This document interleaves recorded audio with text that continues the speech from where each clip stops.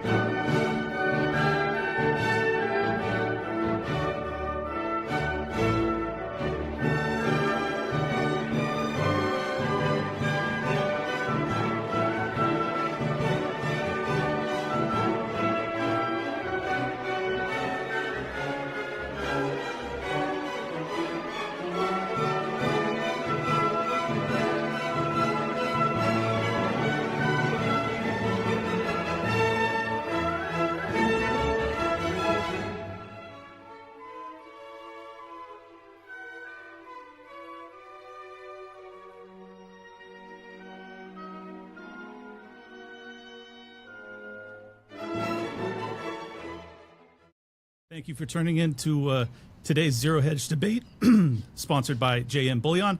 Today we have Scott Horton versus Meir Javedanfar. He is an Israeli scholar, professor, and we will be debating the topic of how the U.S. should handle the situation with Iran. We're going to be doing kind of a presidential-style debate with myself, Clint Russell, the host of Liberty Lockdown, former vice presidential candidate for the Libertarian Party, and Ami Kozak, who will be handling the... I'm too biased, basically. So go ahead and introduce yourself, Ami. Thank you, Clint. It's good to be here, and I will say I appreciate libertarian spaces because we tend to put ideas and arguments front and center, not character or ad hominem or any of that kind of stuff. So looking forward to a civil discussion. And yes, I'm here to provide the co-moderating roles as a bit of a balance to possibly, Clint's position and echoing Dr. Javedanfar's position on Iran and Israel and Palestine. I am a comedian and commentator. I lean pro-Israel, so it's just good to be here and looking forward to a balanced discussion. Mr. Horton, if you'd like to introduce yourself to the audience. Sure. I'm the director of the Libertarian Institute, the host of the Scott Horton Show, and editorial director of antiwar.com. And I wrote the books Enough Already, Time to End the War on Terrorism, and Provoked, How Washington Started the New Cold War with Russia and the Catastrophe in Ukraine. And I'm going to call you Meir, just for ease. If you could introduce yourself to the audience as well. Hi, my name is Dr. Meir Javedanfar. I'm an Iranian-Israeli researcher and writer and lecturer. I've been teaching various contemporary Iranian history and politics courses for the last 12 years at Reichman University, and I've also been researching Iran-Israel relations both before and after the 79 revolution. Well, interesting. I'm going to start with the strategic interests here. It's a point of contention amongst libertarian audience in the non-interventionist camp, as well as many of the America First or MAGA voters.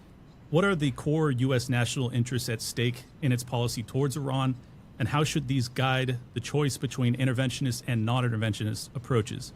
We'll start with Mr. Horton. Well, I mean, America has really, oil interests in the Middle East, but it really doesn't matter who's in charge of which regime. The oil will always be for sale. So, our entire strategic position as the regional hegemon is entirely unnecessary, and it's mostly because of Israel. So, America is Israel's greatest ally, but they're not ours. They don't do anything for us at all. And even when we wage wars for them, they don't even help. You can't even name something that Israel even did for the United States at all over there in the last 20 years, other than helping Obama back Al-Qaeda in Syria. But that was Obama helping them back Al-Qaeda in Syria, because they hate the Alawites for their alliance with the Shiites in Iran, which is not America's interests at all.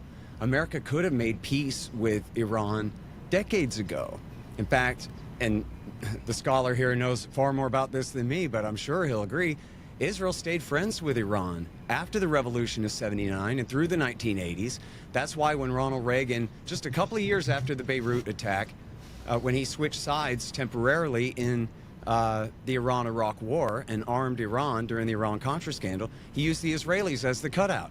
You guys give them your missiles and we'll give you some more in order to get those missiles to Tehran. So we could have normalized relations back during the Reagan years. We were already getting along with them enough to sell them missiles.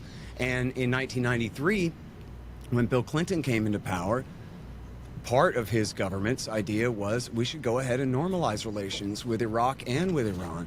And Zbigniew Brzezinski, who had been the national security advisor during the revolution of '79 and had egg all over his face for his humiliation there, but was a leading grand strategist of American foreign policy. By '93, he said we should build a pipeline from the Caspian Basin across Iran. That way to cut them in, make some money, but also find a way to begin warming up relations with them. And, that was just a couple years after the end of the Cold War with the Soviet Union, and the idea was we can get along with everybody. The new president, Rafsanjani, was trying to suck up to the West. They even armed Al-Qaeda in Bosnia as a favor to Bill Clinton in 1994 and 1995. because they were trying to suck up to the United States. In fact, Alexander Haig, Ronald Reagan's Secretary of State, also wanted to build an oil pipeline across Iran as a way to open up relations with them. And guess what, Clint? Israel said no. It was Yitzhak Rabin's government, which was reversing their strategy of the periphery, and said that now they wanted to deal with the Arabs and demonize Iran, who insisted that Bill Clinton, instead of trying to warm up relations with Iraq and Iran, that he keep the bases in Saudi Arabia to wage what was called the dual containment policy against both. And that policy was invented in Israel. And it was Yitzhak Shamir's aide, Martin Indyk, who announced the policy, who convinced Clinton to do it, and announced the policy in a speech at the Washington Institute for Near East Policy, which is a spin-off of AIPAC. So the fact of the matter is that without Israel's intervention, America could have warmed up relations with the Ayatollah's regime back in 1993. We didn't have to have this last 30 years of contention and all these threats and risk of war and all of this stuff. But it's the Israeli burr in America's saddle that is, preventing our government from pursuing a Middle East policy that is actually in the interests of the American people instead of the interests of Israel. Okay. Well, Can I answer that question now? yeah, absolutely. Meir, I'd love for you to either answer my question or to respond to Scott's I'll claims. respond to what Scott said.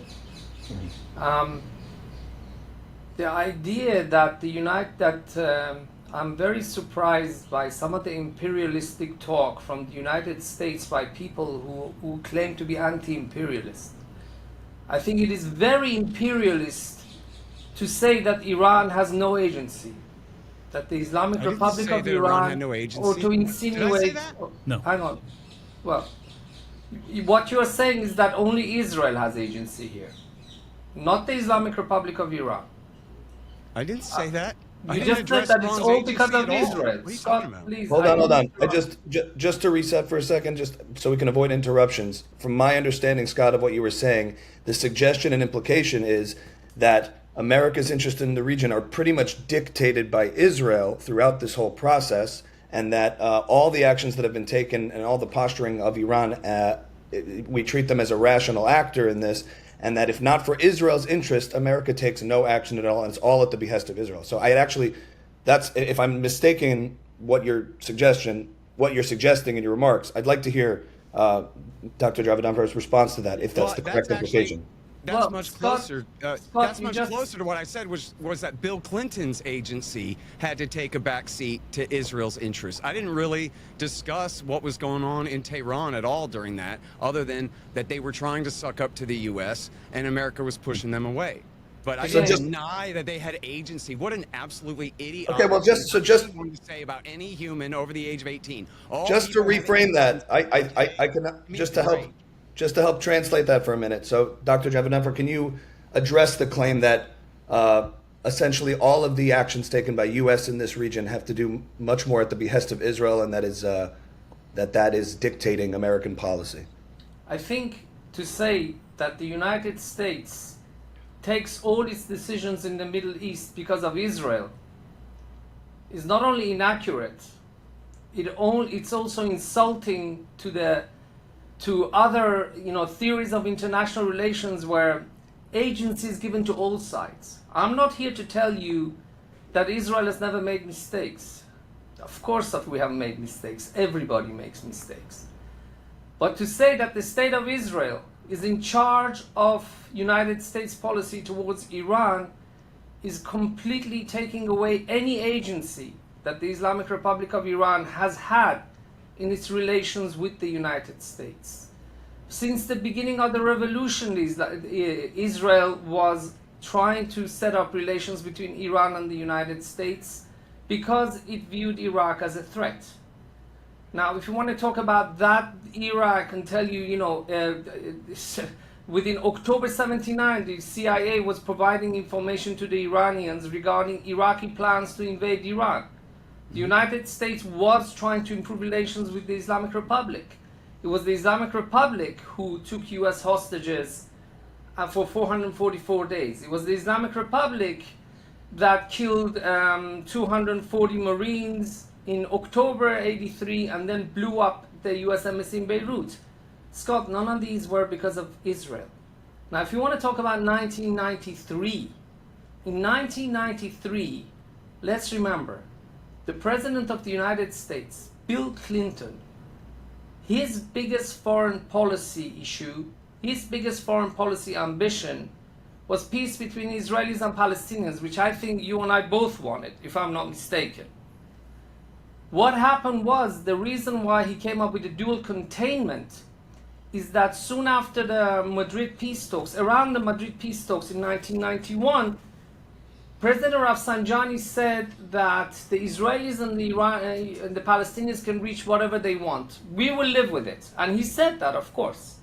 But we also have to take into consideration, and it's crucial that we do, and it's key, that at that time, the person who set Iran's foreign policy was not the president, it was the supreme leader.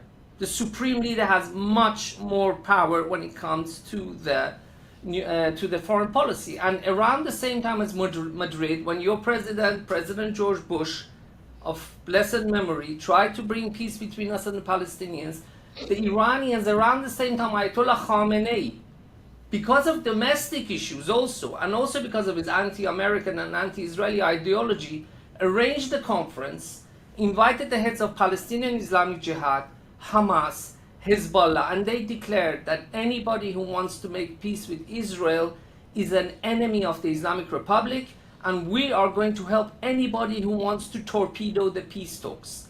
And since then, we saw Hamas and Islamic Jihad became one of the bloodiest and deadliest enemies of the peace talks. And that undermined US President Clinton, especially, his plans to bring peace into this region, hence why we had the dual containment. Well, I haven't read Trita Parsi's book, Treacherous Alliance, in a few years. I'd have to go back to the exact timeline and details there. But as he explains, it was Yitzhak Rabin who did want to deal with the Palestinians. He didn't want to give them a real state, but something like a pseudo-type state, and deal with them, and as a way of dealing with the other Arab states. So they turned the strategy of the periphery on its head, where they used to prioritize being friends with Iran, for example, to divide Iraq's attention and the other Sunni Arab states away from themselves. And now they would try to negotiate with the Arabs and turn on the Iranians and demonize the Iranians. And as Parsi shows in his book, it's after that that Iran began to back Hamas. And, sorry, Scott, can I? Sorry, when you finish. Sorry. And just either note way, the point and then. There's no reason in the world why that should necessitate America keeping bases in Saudi Arabia to bomb and blockade Iraq and balance and pressure against Iran. And it was that policy more than any other that turned America and Saudi and Britain's al-Qaeda terrorist mercenaries against the United States. It was when after Rabin was assassinated and his successor Shimon Peres invaded Lebanon, and it was actually Naftali Bennett who called in the artillery strike on a UN shelter and killed 106 women and children at the Qana massacre in 1996. And bin Laden ranted all about that on the first page of his declaration of war against the United States in 1996. And Mohammed Atta and his buddy Ramzi bin al-Shibh, when they read that, they were Egyptian engineering students studying in Hamburg, Germany. And when they read bin Laden's rant about the Qana massacre, these Egyptians signed up to volunteer for a Saudi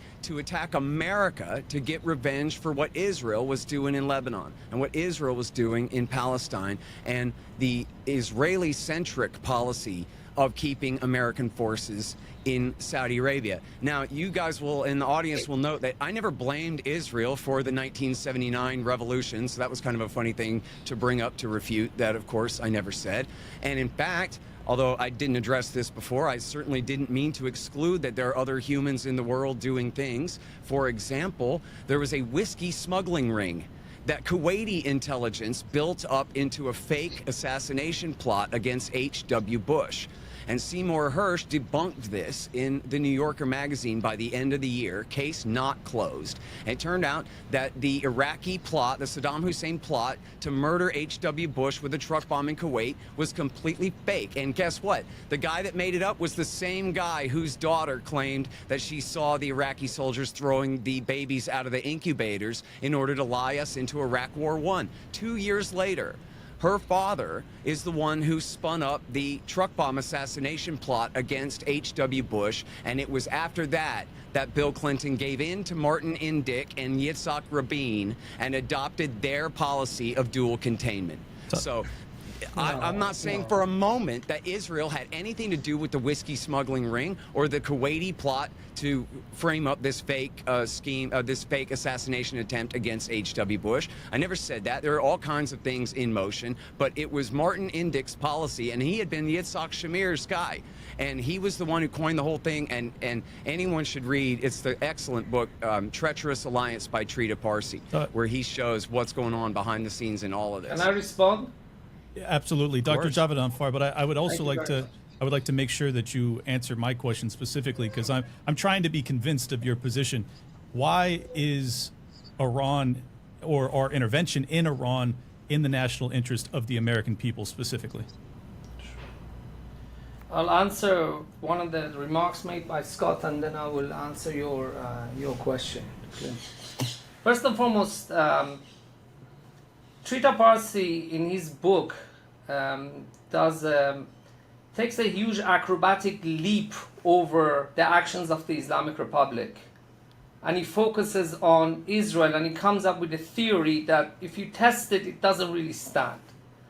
He's saying that Israel, after the Cold War, was looking for a new enemy. It was Israel that turned Iran into its enemy. And it was Israel that turned the periphery doctrine on its head. That is factually incorrect and intellectually dishonest.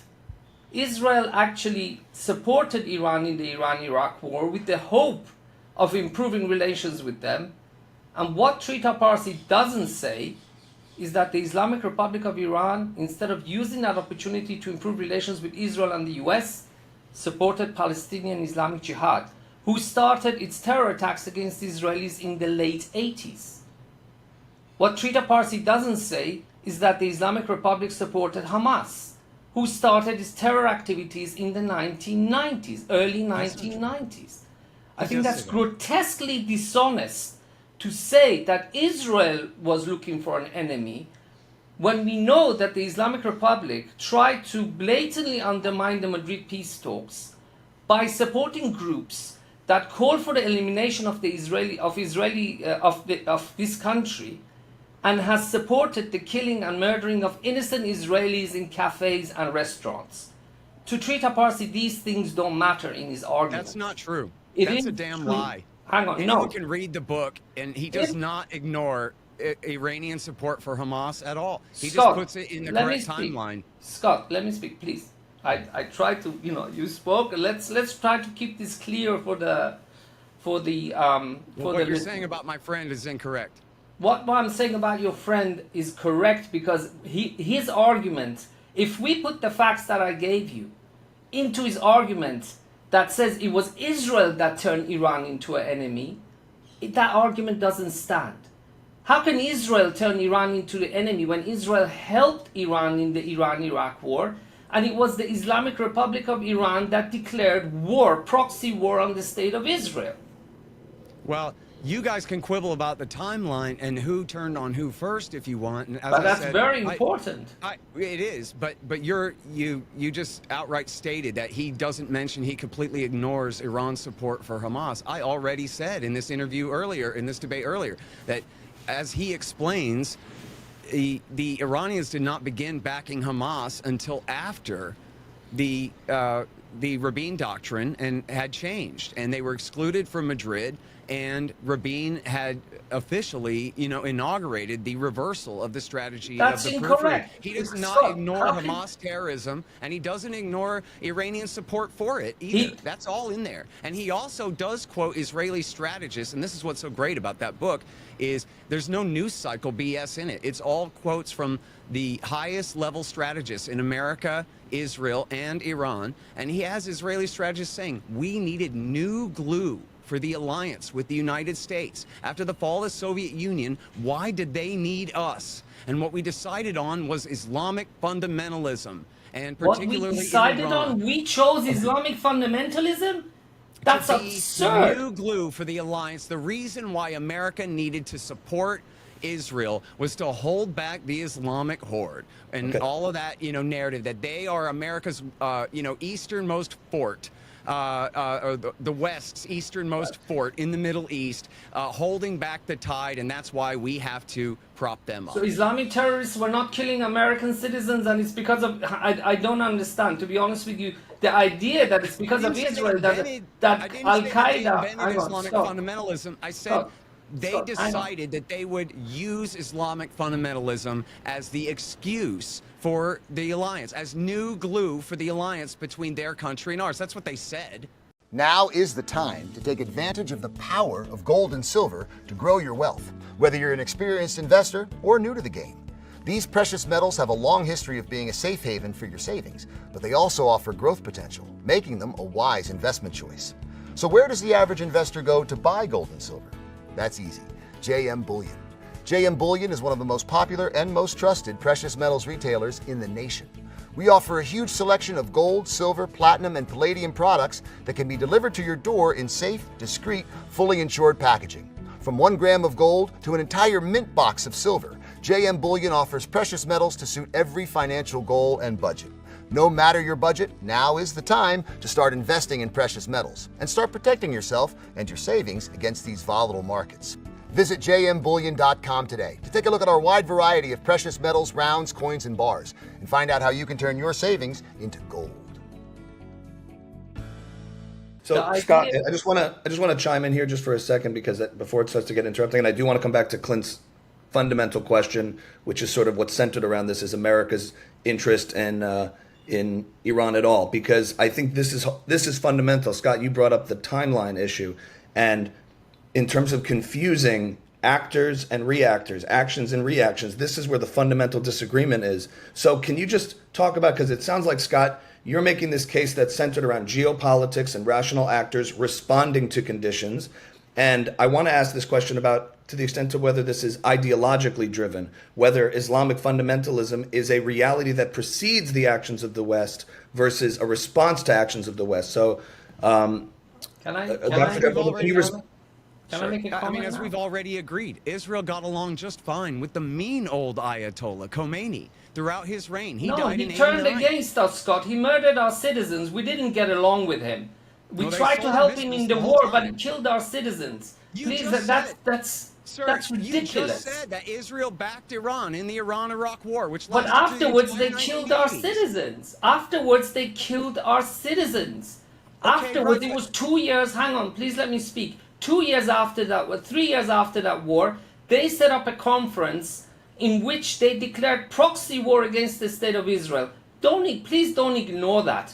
And Trita Parsi tries to say that Iran may try to improve relations with America by citing Rafsanjani, but what undermines Trita Parsi, and again he doesn't say this, is that it was Ayatollah Khamenei who set Iran's foreign policy. Trita Parsi just says Rafsanjani, he doesn't say Khamenei. Because Trita Parsi, like you, Scott, also advances the idea that it's because of Israel that Iran and the United States are enemies. And that is completely inaccurate. Now, to answer Clint's question, Clint, to reach, hang on, Clint, I'm just going to finish and then you can talk. I've been waiting for an answer on this. Clint has been waiting very patiently. Right. Clint, at the end of the day, if you reach a peace deal with the Iranian regime, that will be good for the state of Israel. That will be good. To have American embassy on Iranian soil, to have American diplomats on Iranian soil, that would be great. But you know what, Clint? The Islamic Republic will never let that happen. You know, Vietnam, America did terrible things to Vietnam. In 1975, they broke relations. By 1995, you had relations with Vietnam again. The Islamic Republic, and time again, has refused American offers for a consulate, for embassy. President Obama tried to open up an internet, like a virtual embassy. They shut it down. The Islamic Republic views peace with your country as an existential threat. They believe that peace with America and the presence of American diplomats talking about women's rights in Iran, talking about democracy, bringing American investment in Iran, undermining the companies owned by the regime, that is a threat. That is some see it in Iran as a excuse me, as an existential threat. They believe this is why the Soviet Union fell apart. The representative of the Supreme Leader to the IRGC said, and I can provide the documentation in Farsi if you want, that the reason why the Soviet Union fell apart was that it stopped being a revolutionary state during Gorbachev, and it improved relations with America instead, and that allowed America to infiltrate the ideologies such as democracy and human rights and rule of law, and that's what led to thus convincing the Soviets that the system was bankrupt, and they themselves brought down the system. Meir, I'm not arguing that we're ever going to be allies with Iran. I'm asking specifically. Even in diplomatic relations, you're not going to have. But I'm asking specifically. We don't have to have diplomatic relations with a lot of countries, and that doesn't mean that we have to go to war with them. Why specifically is it in the American people's interest to intervene, to go to war, to bomb Iran? I don't know. That's a question that Americans have to decide. If you can reach a nuclear deal with them, God bless you. Good luck. Okay, so you're arguing that it won't happen. Well, that's good. I don't know. Look, I don't know. That what your president decides is up to him. Okay. But at the end of the day, if America wants to reach a deal, I think it was a terrible mistake for President Trump to leave the Iran nuclear deal. Hey, we agree. I think it would be good if there's a new look. You see, we call it geopolitics because geography impacts politics. You guys are living in the U.S. I'm living in Israel. We are much closer to Iran. In my country, unlike yours, and I repeat, in my country, unlike yours, the Iranian regime has sponsored the killing of more than 1,000 Israeli citizens before October 7th. In your country, they haven't. Right. In America, buses have not been blown up. Cafes have not been blown up with Iranian money. In Israel, they have. And this makes us much more sensitive to the threat. Now, do I agree with Netanyahu's way of handling Iran? No, I don't. But overwhelming majority of Israelis, including those on the left, don't want this regime to have a nuclear weapon. If you guys can stop it with reaching a deal, God bless you. Well, from an Israeli perspective, I completely understand. I'm under the impression that there are many people in Israel that would like to see us actually intervene actively, not just stand down and allow Netanyahu to do so. But I have monopolized the time so far. So, Ami, I'd like to have you hop in here. Yeah, sure. I think it's important to ask like a macro fundamental question as we talk about American intervention. Like, Scott, in your opinion, what is the standard by which a country is justified in going to war to begin with? Well, it's self-defense only. Mm-hmm. I mean, this is so much of the talk about Iran is when and where and under what circumstances should we attack them, right? Like, we're the Japanese now. We just attack and start wars if that's how we want to do things, which used to be the most, dastardly thing, right? Pearl Harbor will live forever in infamy because of what a morally horrific thing it was for Japan to sneak attack and start a war against innocent old us, right? So we should never be starting wars. And when Joseph Stalin, right, not just Khrushchev, but Stalin, the second worst guy ever, or maybe third, depending on how you rank him, Mao was when first. he went to get atomic bombs, Truman did not attack the Soviet Union to prevent them from achieving atomic weaponry. The same thing for Lyndon Johnson in the 1960s when Mao Zedong, who quantitatively killed more people than any other person alive. Genghis Khan and Tamerlane combined can't touch Mao Zedong.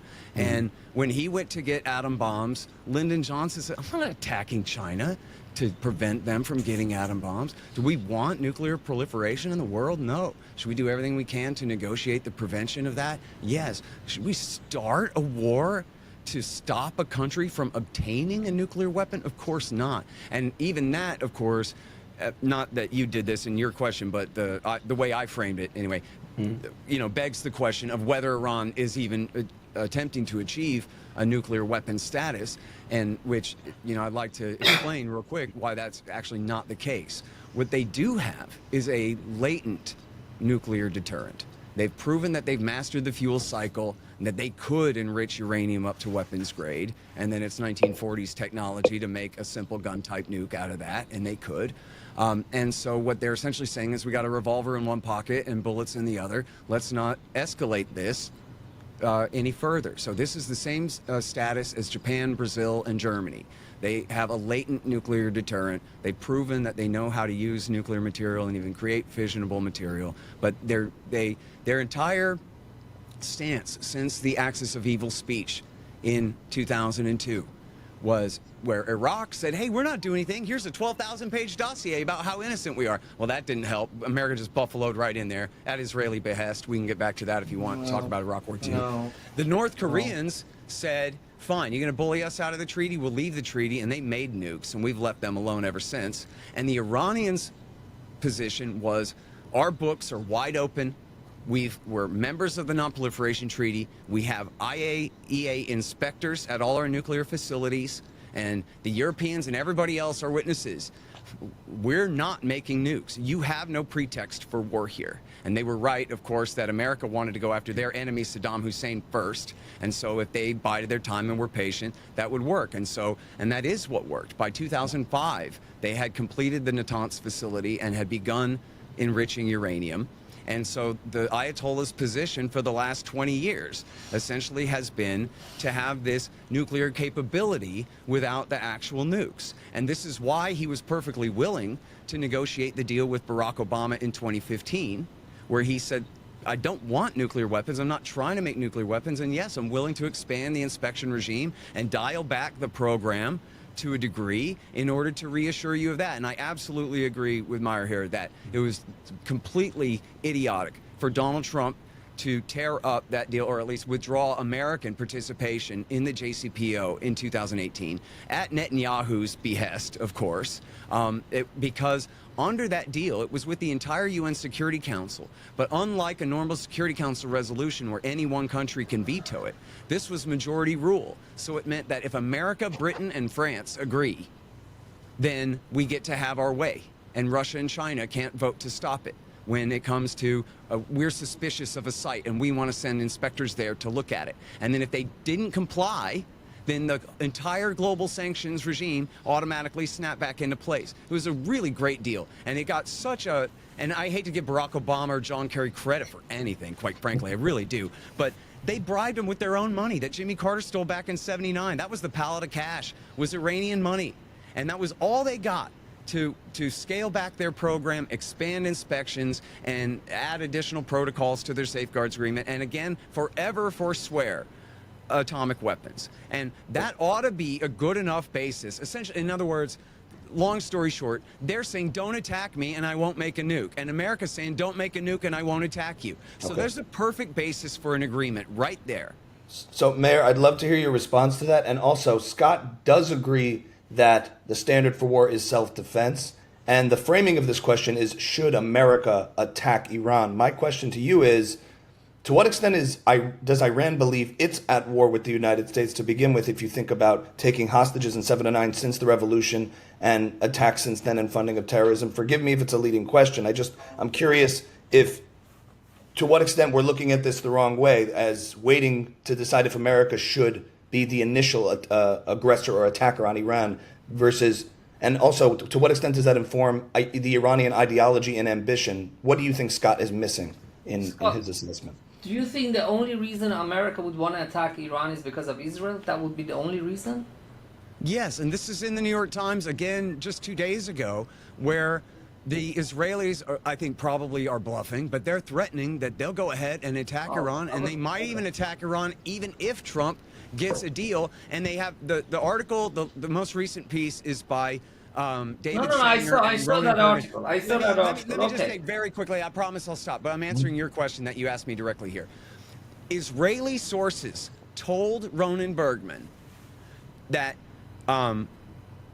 oops, this is the wrong quote. Sorry, I have it right here. They told I know the article. It says Netanyahu believes the U.S. would have no choice but to assist Israel militarily if Iran counterattacked. In other words, the Israeli plan, if it comes down to it, is to knowingly force America into a war by starting a war with Iran that they know that they can't finish and that we will have to finish for them. And they're happy to tell that to the New York Times. Okay. First and foremost, I think it was the right decision for the state of Israel to bomb Iraq's nuclear program. That was a very wise decision that President Reagan was against, and Menachem Begin took it. It was a very right decision to attack Syria's chemical program, 2007. And if the Islamic Republic, who has called for our elimination, not your country, Scott, mine, and if the Islamic Republic was denied the Holocaust, you know, it's incredible, guys, we're living in 2025. The only government in the world that denies the Holocaust, not only denies the Holocaust, makes fun of it by cartoon competition. Let me repeat that. Holocaust cartoon competitions in Iran are held. Not just once or twice, I think 3, 4 times. If such a regime decides to make a nuclear weapon, I think it would be justified for the state of Israel to start war by attacking them. However, they know that America will have to finish it for them. Please, God, I know. However, we are at a stage where we have to see what President Trump will deliver. The idea that the Islamic Republic of Iran has always, I don't know if you're saying this, Scott, so forgive me if I'm going to, if I don't get it right. The idea that if Scott or somebody else is saying that the Islamic Republic of Iran has played this nuclear program, it has always been transparent, is completely wrong. They were caught illegally without informing the IAEA about building Natanz. It was Israel who found out and informed the Mujahideen Khalq, who revealed it. It was a centrifuge. Why hide it? Again, Iran was caught building a new enrichment plant at Fordow. If you don't want a nuclear weapon, why hide it? It was again, there was a program to develop nuclear trigger at the Parchin site. They even had a chamber to test surrogate explosives for simulating a trigger mechanism. Again, that the Iranians were caught, and we saw with the documents that the Mossad brought out of Iran, which incidentally also showed that Iran was keeping its side of the deal, but that's a different story. The Iranian regime was proved time and again that it had intention of ultimately having the capability to make a nuclear weapon. Why did it stop? First and foremost, because of Israeli intelligence. Second of all, because the Islamic Republic of Iran insisted on making America into its enemy, not the state of Israel. It was the Islamic Republic of Iran who killed 240 Marines in Beirut, who took US hostages, who attacked the US embassy in Beirut, who took other US hostages in Lebanon, the Khobar Tower bombings in Saudi Arabia in 1996. 19 US servicemen were killed. They were planning to blow up a restaurant in the middle of Washington, D.C. in 2011, and the CIA caught them. The Islamic Republic, with its own policies, has ensured that America becomes its enemy, because the Islamic Republic of Iran, I'm talking about the regime, not the people, views peace with America almost as dangerous, if not more, than war. Because it views peace with the United States as undermining one of its fundamental reasons to exist. And the people of Iran are against this. Polls have shown repeatedly that people of Iran want better relations with the United States. And I tell you what, guys, just to show how much the regime is opposed to having good relations with the US. In Washington, D.C. sits a former Iranian pollster, Mr. Qazi, who took a poll together with Gallup in the early 2000s, showing that majority of Iranians want to have good relations with the US. And what did the regime do to an Iranian pollster who showed this? Put him in jail for 3 years.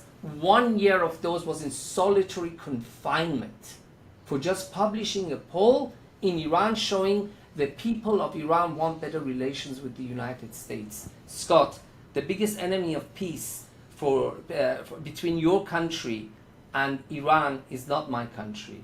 It is Ali Khamenei. Okay. Well, there's a lot of things there. First of all, is pouring in their tens or hundreds of millions to do another color-coded revolution, as they attempted to do with the Green Revolution in 2009. And yes, USAID and NED did help to finance that. And you can read it in right-wing media. In America, Newsmax.com has a thing by Timmerman, who I think was at the Foundation for Defense of Democracies, explaining it. And don't interrupt me. You just got to make 15 false claims, so I'm going to refute them now. In Osirak in 1981, Saddam Hussein had an open declared nuclear facility at Osirak that was inspected by the IAEA. And when Israel bombed it, all they did was drive it underground. And the CIA and the Israelis did not know that, in fact, Saddam Hussein did begin building a secret nuclear weapons program in the 1980s in reaction to Osirak, to that attack. And then that wasn't discovered until the aftermath of Iraq War I, when America occupied George Bush was right to invade Iraq. What? So he did have weapons of mass destruction. What you are saying is that he did have weapons of mass destruction, right? Listen, with your ear holes. 1980s. At the end of Iraq War I, in 1991, America occupied all of southern Iraq and found Saddam Hussein's secret nuclear weapons 91? program. It was not very advanced, but it did exist, and it came into existence in reaction to that ridiculous Israeli blunder of launching a preemptive attack on an open, declared, inspected civilian nuclear facility. That is the exact truth. And then the rest of the truth is, unlike what you just said, that Iraq did not have any form of nuclear program whatsoever after 1991, nor did they have any program to develop chemical or biological weapons in that country after the first Gulf War. Now, you said, why hide Natanz? The reason to hide Natanz was because America did everything in the world that they could to intervene. And there's something called the Nuclear Suppliers Group, which is essentially a monopoly controlled by the nuclear weapon states on nuclear technology. And they refused to let Iran buy any enrichment equipment. So they went to the black market and they bought it from A.Q. Khan, the Pakistani nuclear weapons scientist, the same as Libya and North Korea eventually did buy some equipment from him. And that was what they originally had started spinning up at Natanz. And so they clearly wanted to have the facility done before they announced it, but it was not the Israeli Mossad and the Mujahideen Iqalq. It was actually David Albright, the American nuclear weapons wonk, who originally found Natanz and published that. And then Israel, dude, you should take it up with David Albright. He'll fight you over it. He's got the timeline. David Albright brought it up. Then Israel funneled that to, and who's the Mujahideen Iqalq? They're a communist terrorist cult that used to work for the Ayatollah, who then went to work for Saddam Hussein and now are sock puppets of the Israelis. And they just 2 weeks ago announced a big fake intelligence scheme. Look at these aerial pictures of a giant secret nuclear facility. The NCRI, that's MEK, announced, and it was totally fake. And no intelligence agency anywhere in the world, even the Israelis, I don't think, publicly supported that as being true. Then he mentions the nuclear triggers. Funny you don't mention that Benjamin Netanyahu was part of a group that stole Krytrons from the United States.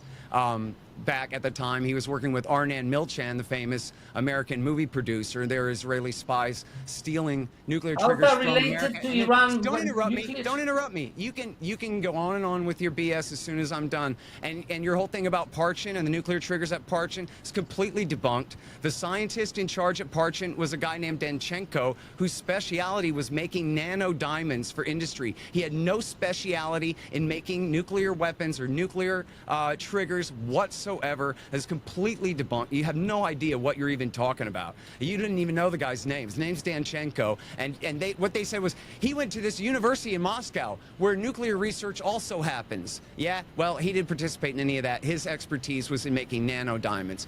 Then you mentioned why Iran doesn't want to make nukes. Well, according to the National Intelligence Estimate of 2007, when the CIA and the other intelligence agencies finally officially came out and debunked the lie that they were pursuing nuclear weapons, they said it was because, yes, it came out in November 2007. Anyone can read it. And their conclusion was, since America got rid of Iran's greatest enemy, Saddam Hussein, and put their best friends, the Badr Brigade and the Supreme Islamic Council and the Dawa Party in power in Baghdad at Israeli behest, that now the Ayatollah didn't even need to feign a pursuit of atomic weapons as a deterrent against Saddam, because now his friends ruled Baghdad thanks to Richard Pearl and George W. Bush.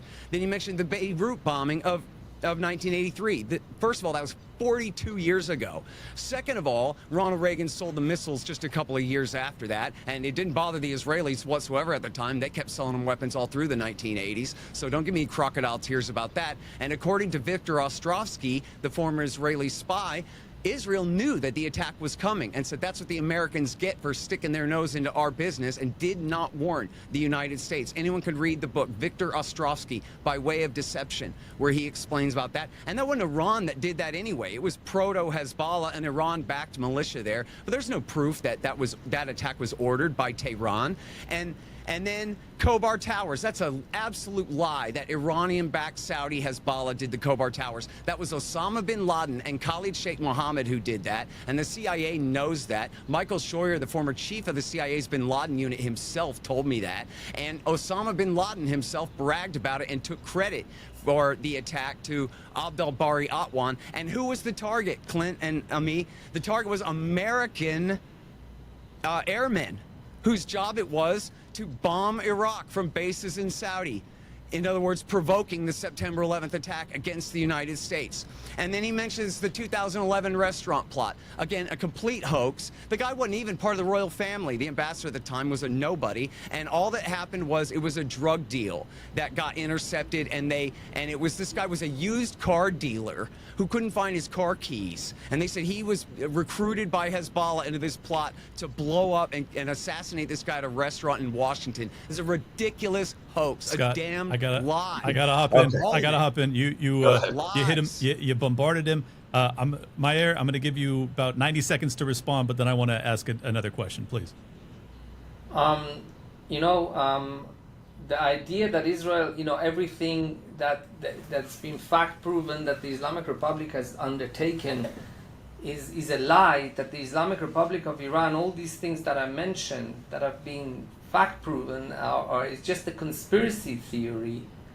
It really, it's really beggars belief that the Islamic Republic has always been so, it is not guilty of any of these factors, even though there have been commissions and all the respected newspapers have reported on it. So Scott can believe whatever he wants to believe, but the United States has paid. Career. The United was States he a has nuclear paid. trigger Scott, guy, or let was him he a finish. nano diamonds guy? It's one or the other. Nano diamonds guy. Okay. Mayor, can you just Yes, you just don't know what you're talking about, and you're No, upset that your claims are I just debunked think is that all. you're coming up with theories that I completely disagree with the sources, and I think that this is what we see. To believe that Iran has always been the victim in all these cases of conspiracy theories just is beggars belief. That Iran has just been continuously. You just said that Iran has been a victim. Scott, that's in a world of fantasy, not in the real world All of I did was fact. catalog a lot of lies that you told. That's Right? Mayor, No, hang Mayor, on. Your I question, never argue for Clint, the Ayatollah's Clint, innocence, your just on the question. things you falsely accused him of. Yeah, let me- What do you think, Meir, Iran wants? What do you, is it? Do you think the presumption is Scott is saying they want to be welcomed by the community of nations, and these gestures to welcome them in is the way to go? Is there something else at play? Do you think it's what's that? I didn't say that. Well, that the idea, the strategy should be that it should be one of. Well, my question is, what do you think really drives the Iranian regime? What do they want? Do they want? I'm not presuming them. That's what you're saying, Scott. But do you think they want to be part of this community of nations and trade with the West and have peace with the West, have peace with Israel, have peace with America? What do they want? You know, Ami, can I just make a quick point about the United States and Iran? The Yes. people of Iran have not had a better friend than the United States. Your country's been a wonderful friend to the people of Iran. Okay, it was the United States that pressured Stalin to leave Iranian territory in 1946. If it wasn't for President Truman, Stalin would have continued to occupy the Iranian territory, and he helped to create the Azerbaijan Autonomous Republic and the Mahabad Autonomous Republic in order to undermine Iranian sovereignty. Iranians, we owe a great debt of gratitude to President Truman. It was American weapons that allowed Iran to stand up to Iraq in 1969 by driving by this Abu Sina ship in the middle of the Shatt al-Arab to take half of the Shatt al-Arab for Iranian sovereignty, which should have been the case because the Iraqis have been cheating Iran since 1937. It was American development aid that created a lot of centers of education and training for Iranian doctors. And I think the people of Iran, in the West, have not, in modern history of Iran, have not had a better friend than the United States of America. However, the Islamic Republic of Iran is ideologically opposed to good relations with the United States. We saw that time and time again, even after the nuclear deal with Obama. The nuclear deal went into effect in 2016. Soon afterwards, the Iranian regime arrested a dual Iranian-American citizen, Siamak Namazi, who wanted what Scott wants, good relations between Iran and the United States. Then to make sure that American companies can't invest in Iran because the regime doesn't want its business interests undermined, they tested 2 missiles with writing in Hebrew that Israel should be wiped off the face of the earth. What do you think that does to foreign investment in Iran? That's exactly what you would do if you want to undermine foreign investment in Iran. And this is why, according to Javad Zarif, in the first year after the nuclear deal, there was only like $2 billion worth of investment in Iran, where they were hoping for, $80 billion. The Islamic Republic, the regime, I'm talking about the hierarchy. I'm not talking, in Iran you have dual system. You have revolutionary institutions headed by the supreme leader and all the organizations that he heads. And then you have Republican institutions who are elected in elections, of course, controlled by the revolutionary institutions. Time and time again, there have been presidents in Iran who have wanted to have good relations with the US. Even Ahmadinejad, even mad old Ahmadinejad. But the supreme leader doesn't want it for ideological reasons and because he believes that good relations with America would undermine the legitimacy of his regime. Good relations with America is viewed as the Berlin Wall in terms of the regime's ideology and also its business reasons. The regime doesn't want good relations with your country because there are many regime organizations who produce everything from tomato puree to cars, and if America comes in, Iranians would prefer to buy their products because they are better quality, and that would undermine its interests. So, the biggest Dr. enemy of peace between Iran and the United States is Supreme Leader Ali Khamenei. Dr. Meir, you scoffed at the open when Scott alleged that most of our Middle Eastern policy, America's Middle Eastern policy, has been predicated off of Israel's interests. Yes. I've always wanted to ask, what do you make of the clean break doctrine authored by Richard Pearl, David Wormser, and Douglas Feith in 1996? It was the neoconservative kind of game plan for the Middle East.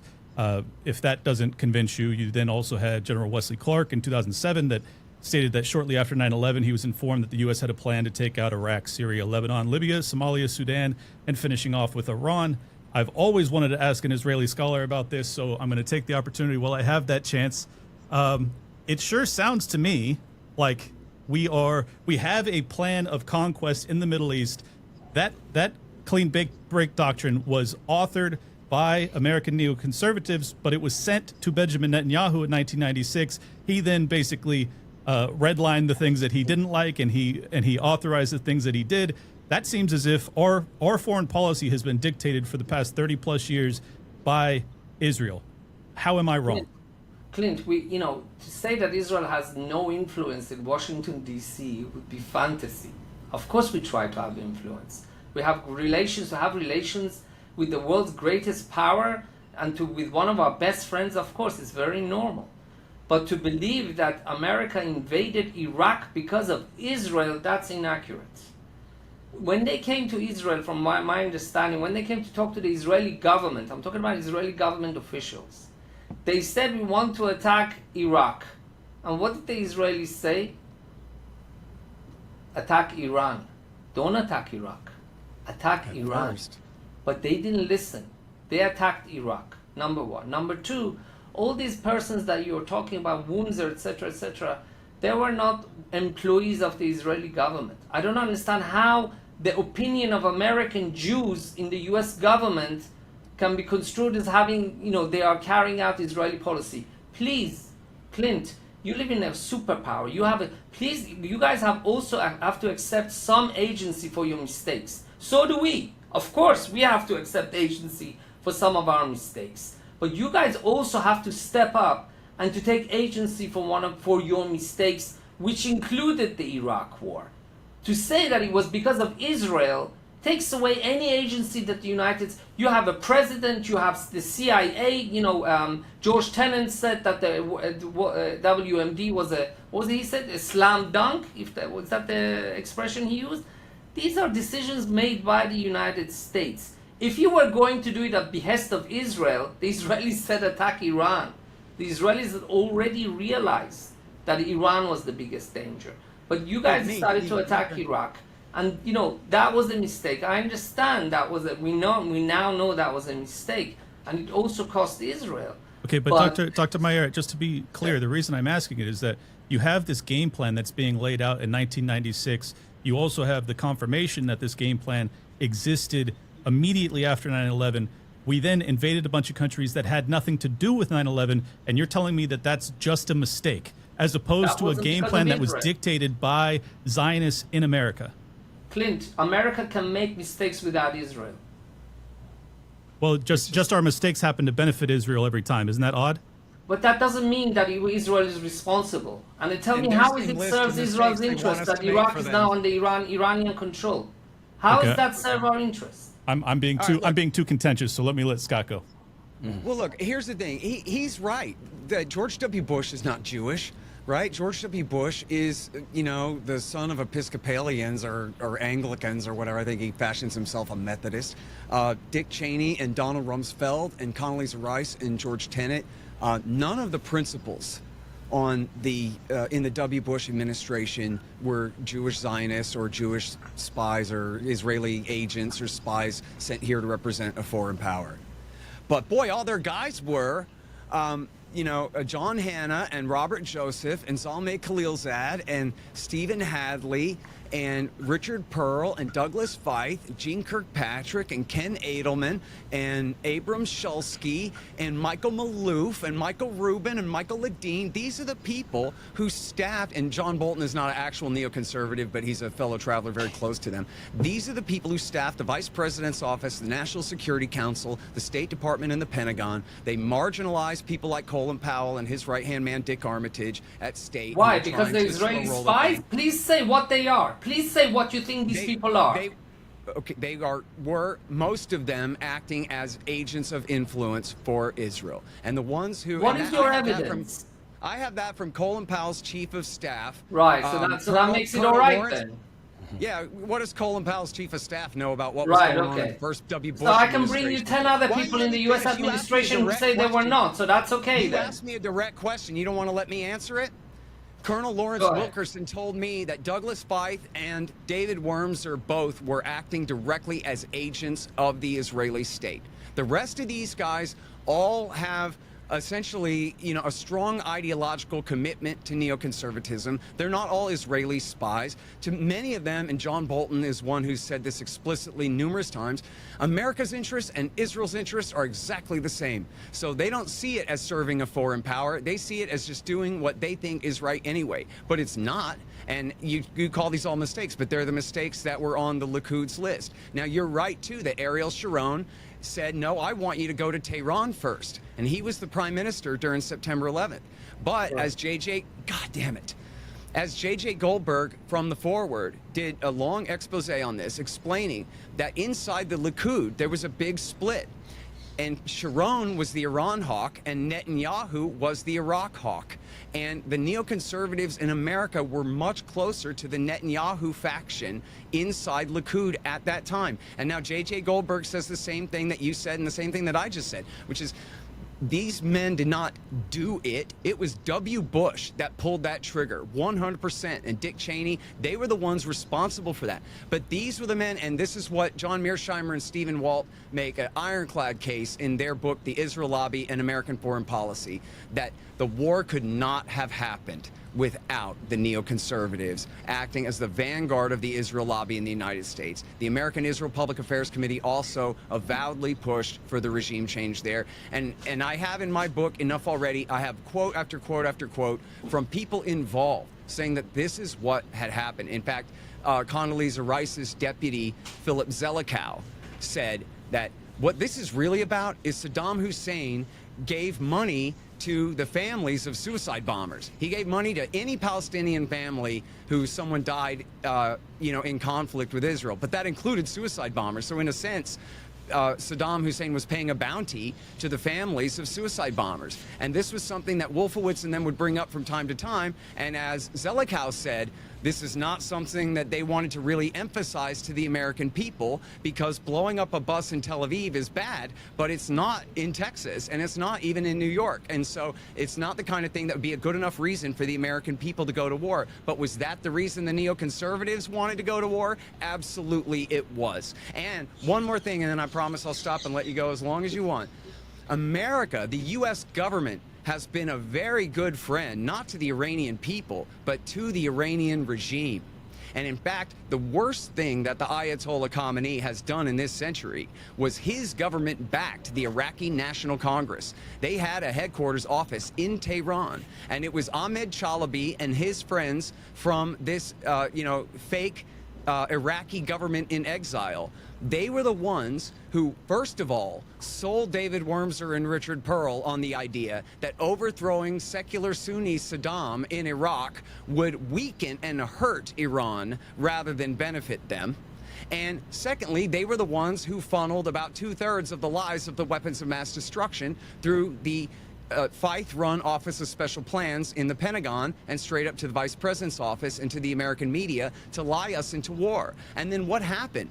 When America invaded Iraq, they took the Badr Brigade, the Dawa Party, and the Supreme Council for Islamic Revolution in Iraq, who've been living in Iran for 20 years since the Iranian Revolution, and took them all the way to power in Baghdad. So that was what George W. Bush and the United States of America did for Iran, was overthrow secular Sunni Ba'athist Saddam and put their best friends from Dawa in power in Baghdad.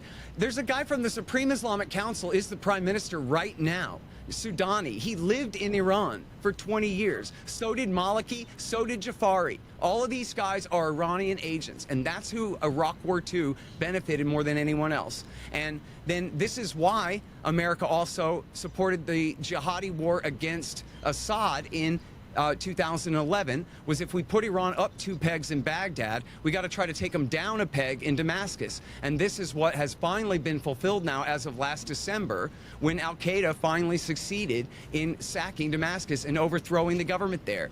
And this is why, to make up for the fact that America did what Israel wanted and overthrew secular Sunni Saddam, but that backfired. And so now they had to make up for that by putting America back on the side of the jihadists, as long as it's against the Shiites and their friends. Even though it wasn't Hezbollah that knocked down our towers, it was the radical Sunni vanguard of the Al-Qaeda bin Ladenite movement of bin Laden and Zawahiri, the enemies of Iran, that did that attack on our country. Well, I would like to have this Can I ask debate a go. question? Can I- Yeah, but please, real quick. Yeah, just real quick. I just wanted to say, massive thanks to ZeroHedge for putting this debate on. I could have it go for 2 full hours, but because we do not have that amount of time, I'm going to have to go to closing arguments. I want to again thank our sponsor, which is JM Bullion, and I will start with Dr. Meir. I just want to. Is there a mistake, Scott, that America has made in the Middle East, which you think Israel is not responsible for? Yeah, I mean, one of the biggest ones was in 2015 when Barack Obama switched sides in the war in Yemen. He had been backing the Houthi. In fact, the Houthi takeover of Sana'a was. So there is something. Okay, blowback. so at least there is something. Thank Already. God. There's one thing But we're that not was for responsible Saudi for. and- that was That's for Saudi and amazing. UAE, not Israel. That is amazing. Okay, so wow, Oh, it's Mazal tov to amazing. Israel. You We should read my we book fell enough asleep at the already to be wheel there amazed. because for what I can understand We overthrew the is that we Taliban were upon just war in basically Afghanistan the for 20 puppet years. masters of America before the invasion of Iraq. That's all you have is The this strong CIA. Hang on, I right-hand didn't crap, interrupt really? you. I didn't interrupt you, please. So the CIA and the FBI completely missed out on Israeli agents in Washington infiltrating the No, the American FBI the decision-making FBI investigated them circles, all. No, pulling the you're wrong. strings, The FBI and making investigated America them. attack Iraq Read at it the in the behest Washington of Post, Israel. pal. Because what you're saying is all these people you just mentioned are Israeli agents, and they did the job to convince Bush on behalf of Israel. So Israel was sitting here and just pulling the puppet master in Tel Aviv and was running these people in Washington, and the CIA and the FBI had absolutely no idea. That is fantasy. That Meir, is the world of Russia Listen on today. That is the world, hang on, that is the world of Walt and Mearsheimer, who believe that Israel is the country that is most responsible for the invasion of Iraq. Nothing to do with Saddam Hussein blockading the inspectors. ratted on these Nothing to guys. do- Hang on. I The spoke. CIA Hang on. told this story Scott, about the you just spoke Pause for for a 10 second. minutes. Scott, you did go. You went uninterrupted for a while, Scott. Investigated Scott. them, so you're just wrong. Come on, man. And I never said that. So You can you're think he's ridiculous. wrong. I just would like to you're hear his saying response uninterrupted. America, you attacked Iraq because of all these 10 people you mentioned, and that they were acting on the behest of Israel. So that means that you have no CIA, that means you have no FBI, doesn't that mean would that. insinuate, hang on, because all No. these people would have had to receive secret communications from the state of Israel, either from the Israeli embassy at drop-off points, probably maybe Mossad, or maybe the Israeli, getting secret cables, telling them to convince the Americans to attack Iraq. Because that's what Israeli influence over that decision would mean. Or Yes. there's the alternative that these people are Americans who make decisions. They may be pro-Israel, but they make their own decisions. They advise the government based on their own view, not because they're getting messages from Israel or because they believe that America is the client state of Israel. You make that mistake to attack America, to attack Iraq. Those people are American citizens who have a right to have whatever beliefs they want, but what they don't have a right to is to be a spy or agent of influence of another country. And there's nothing from the CIA or the FBI that says that these people were running the operation at the behest of Israel. So you cannot blame Israel for the mistake that was made in Iraq. You have no idea what you're talking about. The CIA started ratting on the neoconservatives. Melvin Goodman, a former CIA Did officer. they catch any spies? Did he they ran catch his any first- Israeli spies? Melvin Goodman Right. said that the neoconservatives in the Pentagon are lying us into war for Israel. Former CIA officer in September of 2002. It was CIA guys who told the truth about the Office of Special Right. Plans. It was Karen Katowski, the Air Force officer, who said Israeli generals were walking around the Pentagon like they own the place.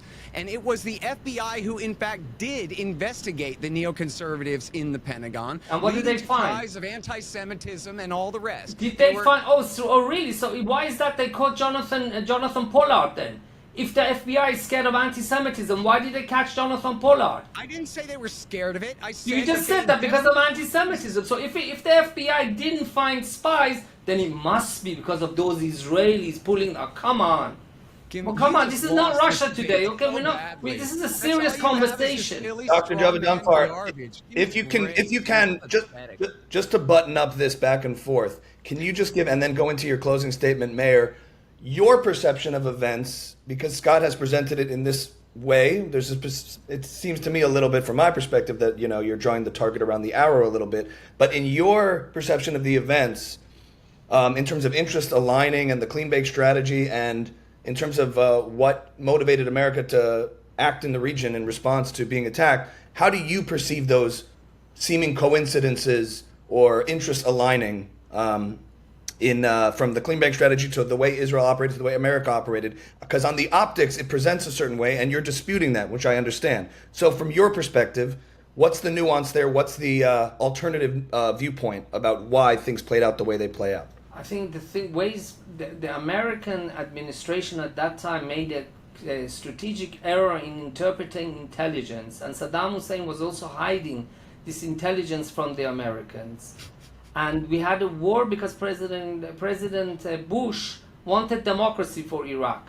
Okay? He wanted to turn Iraq into a democratic state, and he wanted also, of course, the whole idea that they wanted, this Wilsonian idea of exporting liberal democracy. And they had their own, set of priorities. It was, the question: Saddam was not cooperating, misinterpretation of intelligence. The Americans wanted to introduce democracy, and of course there was oil interest. Of course there was, and this is why we had that situation. This is why the war did not turn out to Israel's interests, which is why Israeli officials, when the Americans wanted to attack Iraq, they said you should attack Iran, because at that time they were viewing Iran as the bigger threat. Now, I can understand Israel has made many mistakes. Please believe me, we are a country, we've been around since 1948, we've made good decisions and we've made terrible decisions. The decision to invade Iraq was not ours.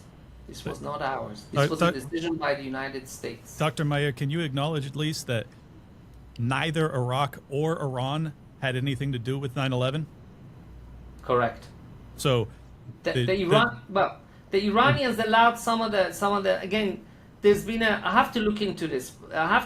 So with that caveat, some of the bombers had crossed the Iranian territory, but that's the only thing. I mean, overall, no, 9/11 was not the Iraqi or Iranian job. No. Right. So that's the reason for the question as to all of these countries that are laid out as to be in the line of fire in terms of conquest for the U.S. empire.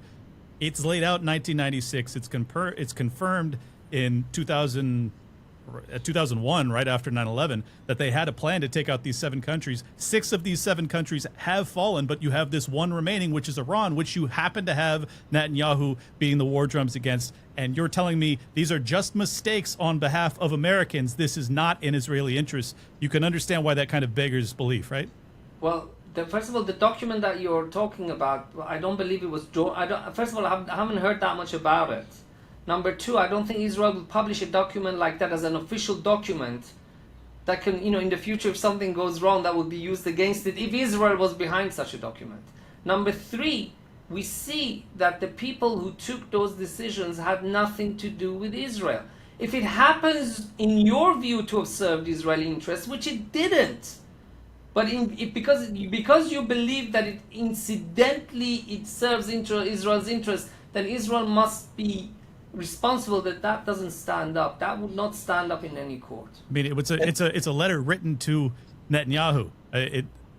To say it's the truth is, but Clint, there are all sorts of strategies and plans that have been in place over time, and hindsight's 20/20 to be able to draw some sort of pattern in the past when you look back. But this is 7 countries laid out. Allegedly documented. I think it was. I don't know if it was Cheney or. I don't know if it was. I think I can clarify, guys. This is not an official government document. It was written by David Wormser primarily, and co-signed by Richard Pearl and Douglas Feith. Feith now disavows it entirely, by the way. But it was written for Netanyahu, and there's a companion piece that goes with it called "Coping with Crumbling States," and then they wrote a book called Tyranny's Ally, America's Failure to Remove Saddam Hussein from Power in Iraq, which is by Wormser with a foreword by Pearl. And it's all the same thing over and over again, and it's all got Ahmed Chalabi's name in it. And the Ayatollah's man sent to lie to the American Zionists and promise them that if America, and this is the whole point of it. Only American Zionists. No American was involved. Only American Zionists. No, they're Americans. If the American government or the Israeli government could succeed in overthrowing Saddam Hussein in Iraq, that would lead to Shiite control, but the Shiites will be compliant with us, and they'll obey Turkey and Jordan and be friends with Israel. The Shiite clerics will order Hezbollah to stop being friends with Iran, and the democracy in Iraq will be so great that it'll be a nightmare, quote, a nightmare for the Iranian regime to have a free Shiite supermajority ruled Iraq. This was the whole plan, and it was a bunch of smoke being blown up their rear ends by an Iranian agent, Ahmed Chalabi, who was working for the Ayatollah and who essentially was telling the American neoconservatives what they needed to hear to get America to do this for Israel. And I'll remind your audience, too, For that Israel. Benjamin Netanyahu came and testified to the U.S. Congress and God. urged So the them to Iranians attack sent a Iraq. spy to America to do something that Israel wanted? So the He said Iranians sent a Benjamin spy to Netanyahu- America to get to do something for Israel? How does that Benjamin work? Netanyahu came and testified and said, I promise if you get rid of Saddam Hussein, it's going to have positive reverberations. He throughout the wasn't in regions. power, Scott. And He one more wasn't thing- in power. He was an individual. He wasn't in power. And that was a Entire- stupid thing to do. And then another thing is that you said that about the FBI and the CIA having no idea about this. Again, the CIA were the ones ratting on the neocons in the American media. The FBI investigated them, and there's great journalism by Julian Borger in The Guardian in a piece called "The Spies Who Pushed for War" about how Ariel Sharon created his own Office of Special Plans. And again, you're right that he wanted to go after Iran first, but once it was clear that Bush and the Americans wanted to do Iraq, he said, okay, fine. And he got on board for that and helped push. And he had his own men bypass Mossad and manufacture fake intelligence in English to funnel into the American intelligence stream. It's also in the book, A Pretext for War by James Bamford, but anyone can pull it up right now. The Guardian, Borger, The Spies Who Pushed for War. And Karen Katowski, the Air Force Lieutenant Colonel whistleblower, can verify Israeli generals walking around going straight to Doug Feist's office like they own the place, refusing to even wait for their escorts to take them to his office. And just, Yes, Mayor, what's your One response? point, just one point, just one little point, just one sentence. If Israel did not exist, America would still have, is a very high probability, if not certainty, that America would still have attacked Iraq. Oh, please. Also, it feels like it's awfully a cinematic view, Scott, of how these things play out, as if these and it feels very convenient to notice these patterns rather than looking at it as a much more complex interest that align at various points in time, much more gray areas here, rather than finding the one assistant chief of staff who said this one thing, and that's the big whistleblower. So when I hear these points I wrote being a made, book about it. You should read it. yeah.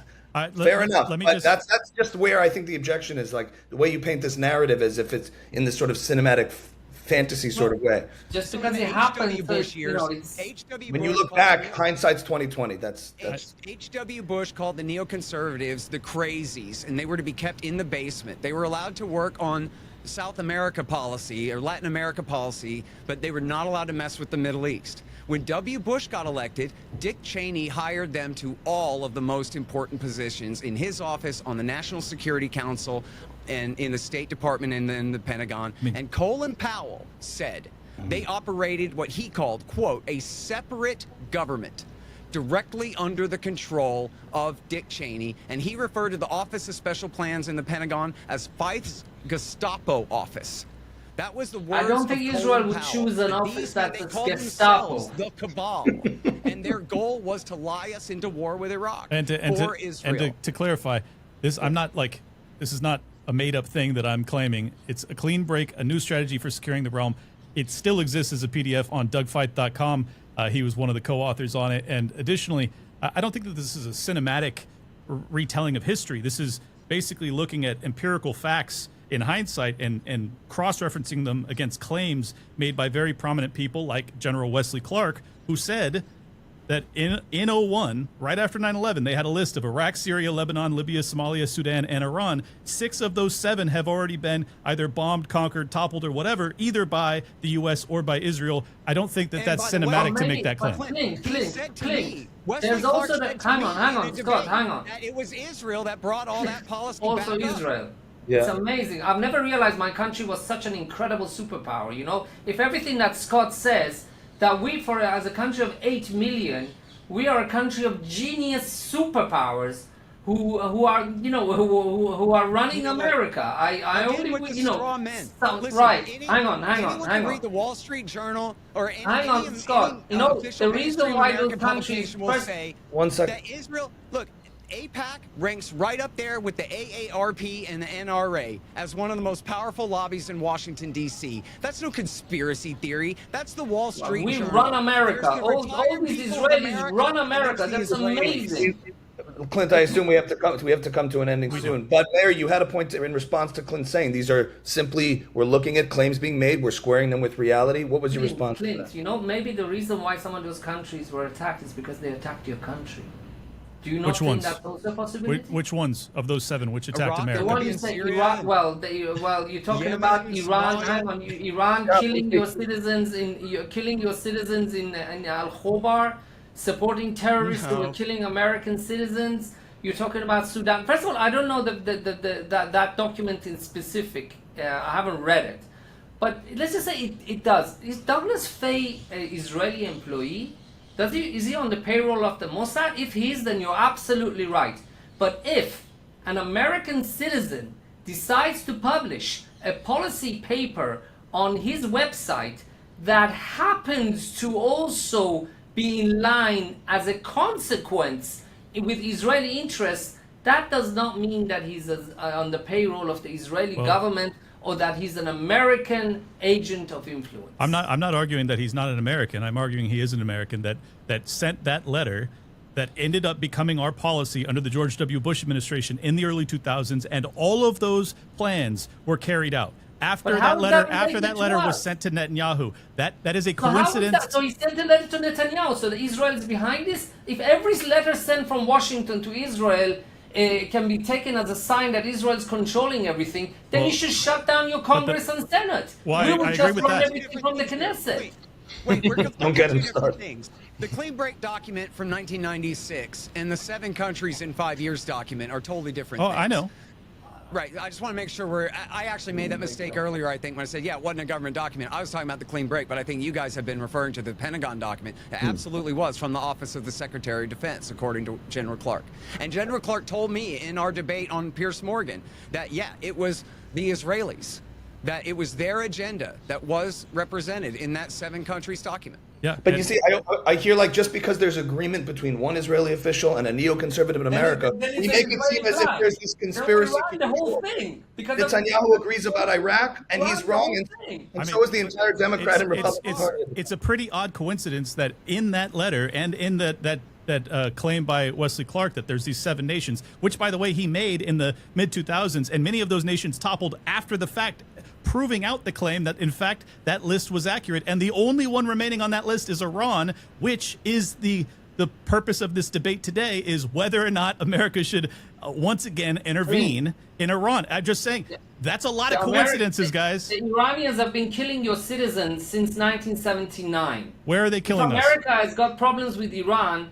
That is a major factor, and not some document on a website by somebody who you believe that may or may not be on the payroll of the State of Israel. Well, I will allow the audience to decide whether or not they think it's coincidental that 6 of those 7 countries have already been toppled, bombed, overthrown entirely. I think that the claim has a lot of merit. But setting that aside, I would like to give you an opportunity to make closing arguments. 2 minutes to you, Meir, and then we'll go to Scott.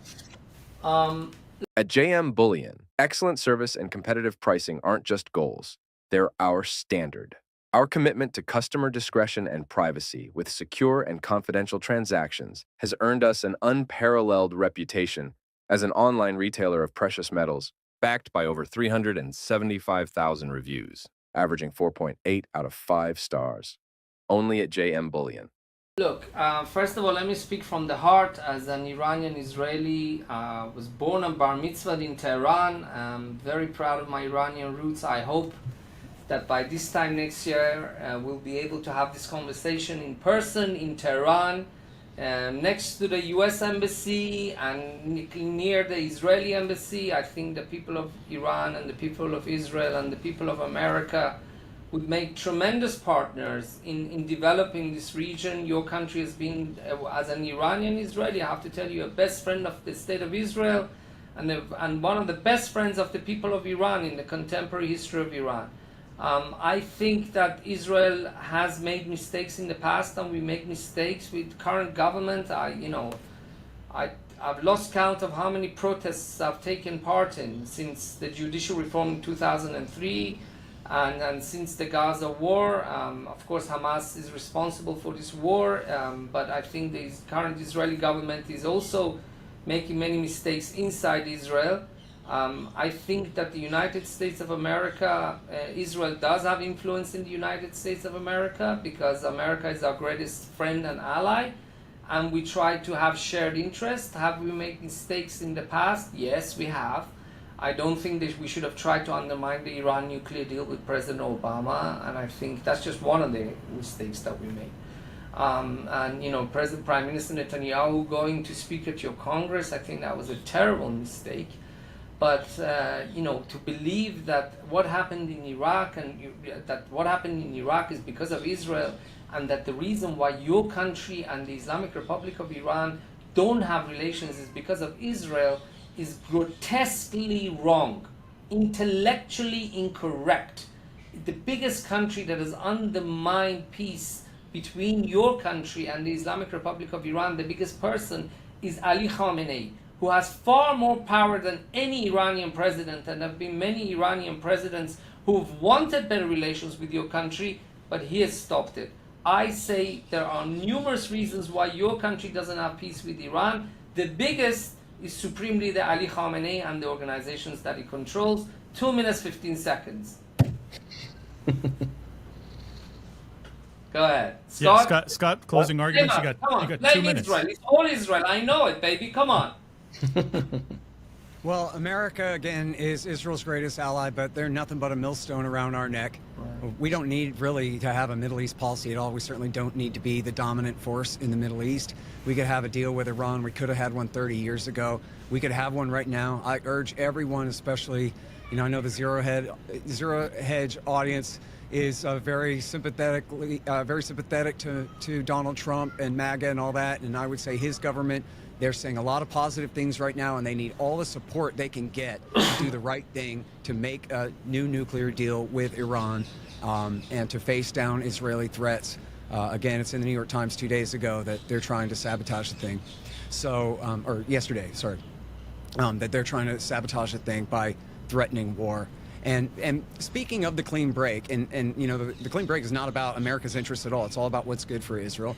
And the whole point of it, the clean break meant this is Wormser's proposal and Pearl's proposal for how Israel can, under Netanyahu, can make a clean break from Oslo and from the Rabin strategy of trying to make peace with the Palestinians. And what they said was that instead what we should do is we should get America to overthrow Saddam in Iraq, which they said will weaken Iran and Hezbollah and Syria and empower Jordan and Turkey and Israel. And then Hezbollah will no longer be a threat on Israel's northern flank. And then that way they can continue to confiscate all the Palestinians' property and not have to worry about a threat like Hezbollah on their northern flank while they're continuing to colonize the last measly stinking 22% of Palestine.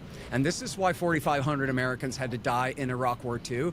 And this is why they're threatening to get us into a war with Iran right now, is for Israel's interests. And if we had a real war with Iran, we have tens of thousands of soldiers in Kuwait, in Bahrain, Qatar, and Saudi, all at risk. We have the gates of the Straits of Hormuz in the Persian Gulf, which Iran could easily close and destroy the world economy, driving oil over $200 a barrel. And just none of this is in America's interests at all. The policy for MAGA has to be either America first or Israel instead. And if we're going to put America first, then we need to put the last of these diplomatic hurdles out of the way and get back to American independence and peace and prosperity, and heed George Washington's warnings about entangling alliances and making enemies out of all of our friends' enemies, and being involved in having Americans with passionate attachments to the interests of foreign powers that undermine harmony and Republican rule here in the United States of America, our home. I want to thank both of you for doing this debate. I think it was very, very valuable and could not be more timely, given that we have a very important decision to make as to whether or not we are going to be intervening in Iran. And I think we can all agree, at least, I hope we can all agree, and pray for peace in this moment. And let's hope we can avoid a war so we don't have to argue over whether or not it was on behalf of Israel. I'm Clint Russell. I'm the host of Liberty Lockdown. If you love Zero Hedge, you will love Liberty Lockdown. You can subscribe to that over on YouTube or audio podcatchers. Ami Kozak, thank you so much for co-hosting with me. If you'd like to give any plugs. Yes, Ami Kozak, it's been a pleasure to be here and a pleasure to moderate and be part of this conversation. I think it was productive and constructive. It got a little tense and heated, but we got Israelis here. We can handle a little back and forth, so it's all good. It was a lot of fun. You guys can follow me at Ami Kozak on Twitter and Instagram, and check out some stand-up. I perform all over the country. It's a great country, and we love that show, right, Scott? It's a great country. So great. Scott, any plugs, Scott? Yeah, I wrote the book Provoked about how America started the new Cold War with Russia and the catastrophe in Ukraine. It came out last year, and before that was Enough Already, my history of America's wars in the Middle East since 1979, where people can find a lot of the details of the kinds of stuff that we're discussing today. And I'll go ahead and announce it because it's coming up very soon. The great Tom Woods has built me my own Liberty classroom. It's called the Scott Horton Academy of Foreign Policy and Freedom, and everyone can check out and sign up to be the first to find out when it all goes live at scotthortonacademy.com. Meir? No, it's been a lot of fun, really. We Israelis do, political debates as a sport. It's a Jewish sport, which we in Israel, we perfected it. So, great exchange of ideas. Of course, to disagree is all even more fun. Absolutely.